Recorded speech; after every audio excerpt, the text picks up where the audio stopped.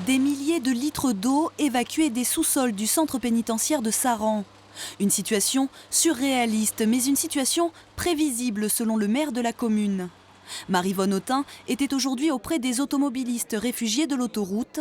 Mais au début des inondations lundi, elle était à la prison pour rappeler les mises en garde faites dès le projet de construction. Mes services avaient alerté depuis le début qu'il fallait absolument construire des bassins de rétention puisqu'on savait que dans ce site-là, comme dans d'autres sur Saran, l'eau ne s'infiltre pas. Je pense qu'on a fait la prison un peu à l'économie, qu'on a voulu aller très vite et qu'on n'a pas fait de bassin de rétention et qu'aujourd'hui, on paye les conséquences de ce qu'on n'a pas fait. Ouvert il y a 3 ans, le centre pénitentiaire est construit sur une zone inondable. 2 bâtiments sont hors d'usage. Conséquence, les détenus sont transférés dans d'autres prisons.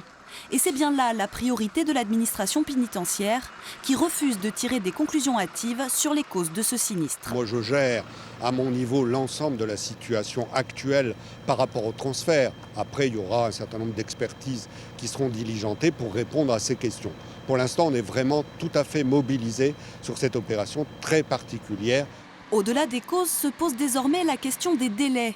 400 détenus ont quitté la prison de Saran et pour l'instant, difficile de savoir quand ils vont pouvoir réintégrer le site.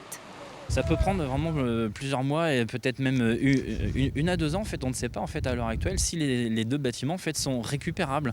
On est en zone inondable, on est sur un marécage. La mairie de Saran l'avait déjà en fait, de son côté dénoncé. Nous l'avons dénoncé depuis 3-4 ans. Et donc du coup, voilà, on se retrouve maintenant dans un énorme bourbier. Seul le bâtiment des femmes n'a pas été touché par la montée des eaux. Les opérations de pompage vont probablement se poursuivre jusqu'à la fin de la semaine.